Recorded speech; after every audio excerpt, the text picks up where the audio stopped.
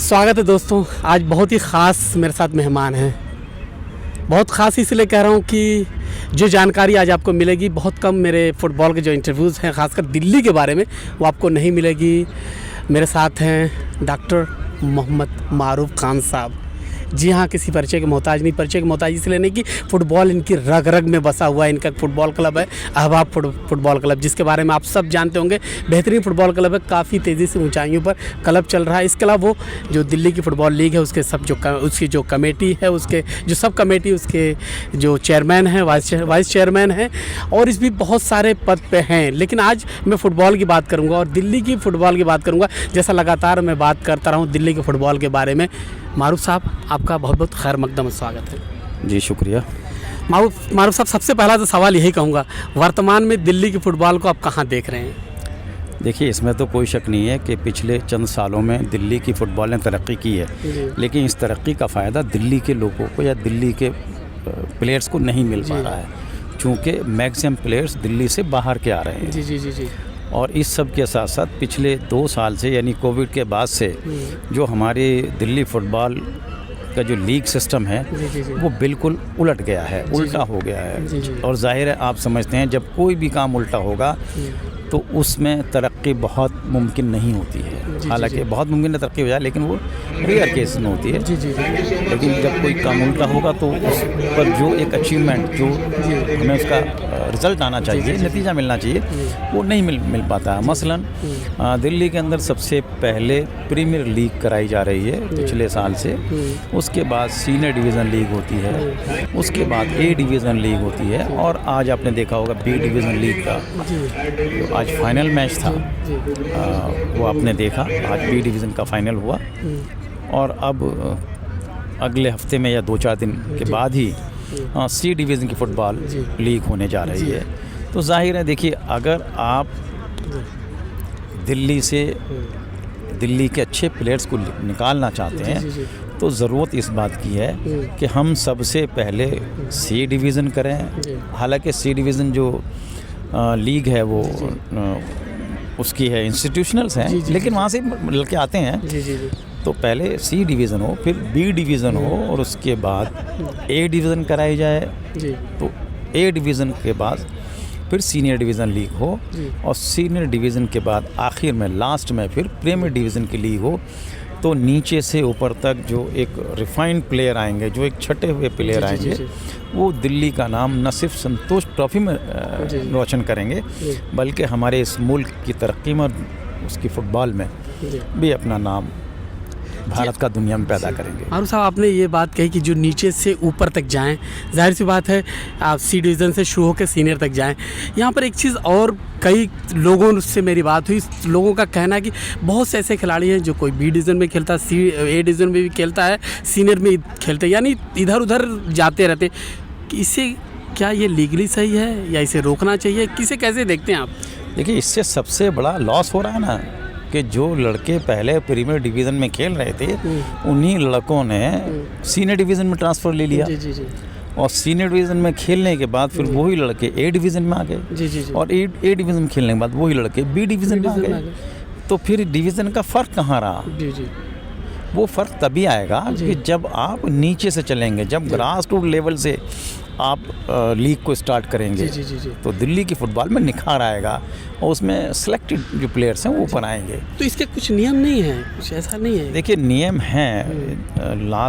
पिछले साल जो था कि 2 लीग एक प्लेयर खेल सकता था, और जैसा कि सुना गया, मुझे कंफर्म नहीं है कि इस साल से वो 3 लीग का चांस मिलने जा रहा है। तो हम इस चांस के खिलाफ नहीं है, कोई बात नहीं, 3 लीग का चांस मिलना चाहिए, लेकिन सबसे पहले ग्रास रूट लेवल से चलकर तब प्रीमियर लीग तक पहुंचना चाहिए, ताकि जो सिलेक्टेड लड़के हैं वो आगे तक जाएं। यहाँ डिमोशन हो रहा है, प्रीमियर खेलने के बाद फिर वो बी तक पहुंच रहा है।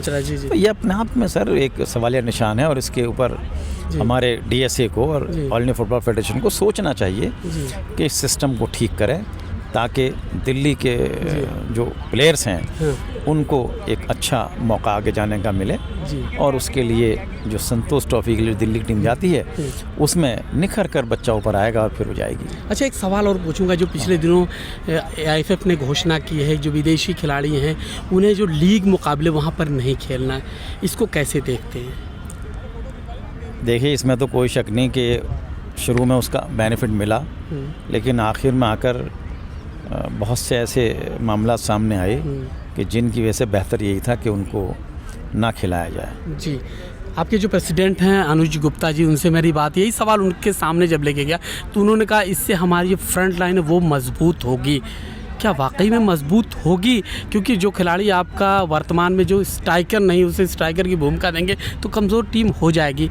कैसे देखते हैं? देखिए, होता क्या है कि हमने फॉरेनर ले लिया, जी भले ही वो किसी पोजीशन पर हो, जी वो अपनी पोजीशन पर खेल कर चला जाता है, जी जी तो उससे हमारे देश को या हमारे शहर को या हमारे सिटी को क्या फ़ायदा पहुंचा? बिल्कुल। तो इसमें कोई शक नहीं है कि हमारा अगर स्ट्राइकर शुरू से यानी C और B डिवीज़न से खेलते हुए प्रीमियर तक आएगा तो वो एक रम जाएगा उसमें, वो एक एक्सपर्ट कहलाएगा। अब वो पैराशूट से उतरता है फॉरनर, अपना 2-4 गोल इधर के उधर मारे, और होता क्या है कि वो 1-2 मैच अच्छा खेल पाते हैं, बाकी तो उन्हें हमें लाद कर कंधे पर बाहर बिठाना पड़ता है और पैसे का पैसा खर्च होता है। इससे बड़ा लॉस ये भी होता है कि वो बहुत ज़्यादा उस पर खर्च हो जाता है। अगर वही पैसा अपने बच्चे पर खर्च करें तो हमारा अच्छा प्रोडक्शन होगा भाई। जी मारूफ साहब, 2-3 सवाल बहुत अहम करूंगा। इससे पहले आगे बढ़ूं, आपके बारे में थोड़ा सा मैं अपने दर्शकों को बताना चाहूँगा, जानना चाहूँगा। आप इतनी मसरूफ़ ज़िंदगी में एक बहुत बड़े मशहूर डॉक्टर ज़ाकिर हुसैन स्कूल के प्रिंसिपल रहे हैं, आप इतनी मसरूफ़ रहे, उसके बाद फुटबॉल का शौक़ हुआ, कैसे ये सब हुआ? देखिए, पहली बात तो ये बात निकाल दीजिए, क्योंकि 1970 में जब अहबाब फुटबॉल क्लब बनाया गया तो उसके सबसे पहले पैटर्न चीफ मेरे वालिद मोहतरम थे जनाब अब्दुल रऊफ़ खान साहब, जिनको AR खान सर से लोग जानते थे। और इसको क्लब के जो बानी कहलाते हैं या जो बानी थे वो जनाब अब्दुल कुद्दूस साहब थे, जो जिन्होंने वालिद मोहतरम के बाद एक भाई और दोस्त का रिश्ता निभाते हुए एक उन्होंने सरपस का रिश्ता भी निभाया, और वो बात वालिद मोहतरम के बाद स्कूल के मैनेजर भी रहे। तो इस क्लब का मैं बानियों की औलाद में से हूँ, यूँ मान लीजिए आप। और जब मैं क्लास 6 में पढ़ा करता था, अगर आप DSA का रिकॉर्ड पुराना निकालेंगे तो मुझे लगता है सन 75-76 में जो आई कार्ड बने थे तो मेरे बच्चे के यानी मेरे तकरीबन 10-12 साल की उम्र रही होगी, तो तब मेरा अहबाब फुटबॉल क्लब से बाकायदा DSA में, जब इसको दिल्ली फुटबॉल एसोसिएशन कहा जाता था, हाँ, DSA नहीं था, हाँ। तो तब इसका जो है मेरा रजिस्ट्रेशन फुटबॉल क्लब में हुआ, और उस दिन से और आज तक अहबाब फुटबॉल क्लब से मेरे घर का और मेरे जो फ्रेंड सर्किल है सब का एक रिश्ता बना हुआ है। और ये फुटबॉल का शौक़ हुआ कैसे आपको इतना ज़्यादा? हाँ, ये बात बिल्कुल हाँ, आपने ये बड़ा, देखिए, शौक़ बाद में हुआ, पहले ज़रूरत थी। जब मैं क्लास 6 में पढ़ा करता था तो उस वक्त मेरे पेट में वालिदा के इंतकाल के बाद कुछ तकलीफ़ पैदा हुई। तो तुर्कमान गेट पर एक हमदर्द नर्सिंग होम हुआ करता था, अगर पाएँ लोगों से आप मालूम करेंगे तो बताएंगे, सर्किल पर हुआ करता था। तो वहाँ मैं 2-3 दिन एडमिट रहा। डॉक्टर अजीज़ हुआ करते थे जो फॉरेन रिटर्न थे, बाद में उन्होंने अपना नर्सिंग होम बनाया, वो उसके अहमद थे। तो हमदर्द के चूँकि बहुत बच्चे हमारे वालिद मोहतरम के साथ पढ़े हुए थे, तो उस तवस्सुस से उनको दिखाया गया और उन्होंने मुझे एडमिट कर लिया। एक हफ्ते एडमिट करने के बाद उन्होंने कहा कि इनकी सर्जरी पेट की जाएगी। उससे मुझे बहुत डर लगा और डॉक्टर से मैंने कहा कि कोई और इसका इलाज नहीं हो सकता। तो उन्होंने कहा कि आप फुटबॉल खेलिए। अच्छा। तो वालिद साहब ने मेरा हाथ पकड़ा, अगले दिन अब्दुल कुद्दूस साहब के हाथ में जाकर दे दिया। तो उस वक्त अहबाब फुटबॉल क्लब दिल्ली टाइगर के नाम से खेला करता था। ये अहबाब फुटबॉल क्लब दिल्ली टाइगर के बाद बना है। तो Delhi tiger league Delhi tiger के नाम से खेलता था। और ये इसका जी, ऐसे आपको शौक हुआ? उसके बाद ये पहले ज़रूरत थी, फिर ये शौक बन गया। जी, शौक बन गया और आज आपके रग-रग में, क्योंकि जब भी मेरी आपसे मुलाकात हुई, जब भी मारूफ साहब से मुलाकात हुई, फुटबॉल के बिना बात अधूरी रही है। जब भी मैं स्कूल में गया हूँ, मुलाकात हुई है, जब भी मुलाकात हुई है, फुटबॉल की बात की है ज़रूर इन्होंने। आज वो शौक यहाँ तक लेकर आया है, फिर भी मसरूफ़ ज़िंदगी है, मसरूफ़ तरीन है, क्रिकेट का हर तरफ बोलबाला है। आपके पीछे हम जहाँ बात गुफ्तगू कर रहे हैं, इस शौक का फ़ायदा जी दिल्ली एजुकेशन में पहुंचा है। जी मैं ट्रांस यमुना में जोन 5 का कई मरतबा कन्वीनर रहा और मैं डिस्ट्रिक्ट कन्वीनर भी रहा। जी और अल्लाह करम ये है कि बहुत कामयाबी के साथ वो तमाम स्पोर्ट्स कराए। जी और चूँकि मेरे वालिद मोहतरम भी ख़ुद एक बनोट एक गेम हुआ करता था पुराने ज़माने में, उसके खिलाड़ी थे। जी जी जी और इसमें मेरे वालिद मोहतरम की बहुत सपोर्ट रही है। जी। आपने जमुना पार की बात की है, तो मैं सीलमपुर या आसपास के इलाकों की बात करूँ, वहाँ पर खिलाड़ियों को निकालने के लिए कुछ अपनी जद्दोजहद की, कुछ वहाँ पर ऐसा कुछ हुआ है?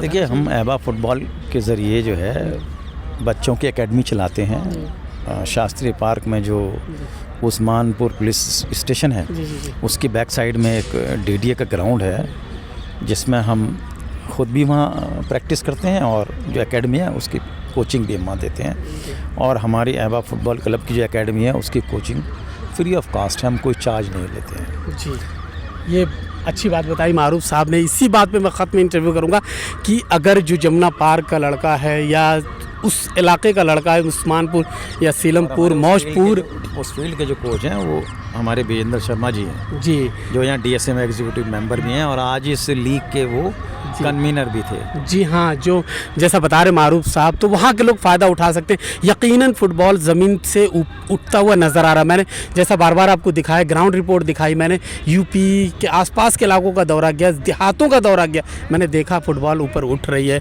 लेकिन हाँ, इसको जो कुछ कमियाँ उसे दूर करने की ज़रूरत है और बुनियादी जो ढांचा है उसको ठीक करने की ज़रूरत है। हालाँकि पिछले दिनों हमने देखा मारूफ साहब, जो AFF ने कुछ प्लान जारी किया 2047, कुछ नए प्लान लेकर आए हैं। अब कहाँ तक वो पूरे हो पाएंगे तो आने वाला समय बताएगा, लेकिन आपको लग रहा है कुछ बेहतर होने की इसमें उम्मीद कोई शक नहीं है। जो AIF के जो जनरल सेक्रेटरी हैं वो शाहजी प्रभाकरन हैं और उनके टाइम में दिल्ली के फुटबॉल ने काफ़ी तरक्की की है। तो जाहिर है जैसे दिल्ली के अंदर एनर्जेटिक एक उन्होंने जो काम किया है, इसी तरह से AIF के अंदर भी वो काम करेंगे। और मुझे लगता है कि दिल्ली की, न सिर्फ दिल्ली बल्कि भारत की फ़ुटबॉल जो है वो तरक्की करेगी, क्योंकि उनके अंदर बहुत टैलेंट है फ़ुटबॉल के लिए। और जी हाँ, बहुत बहुत शुक्रिया मारूफ साहब, बहुत बहुत शुक्रिया दोस्तों आपका देखने के लिए, इस इंटरव्यू के लिए। इसी तरह की लगातार जानकारी आपको लेकर आता रहूँगा। फ़िलहाल मुझे शाहिद आज़मी को अनुमति दीजिए। बहुत बहुत शुक्रिया, धन्यवाद।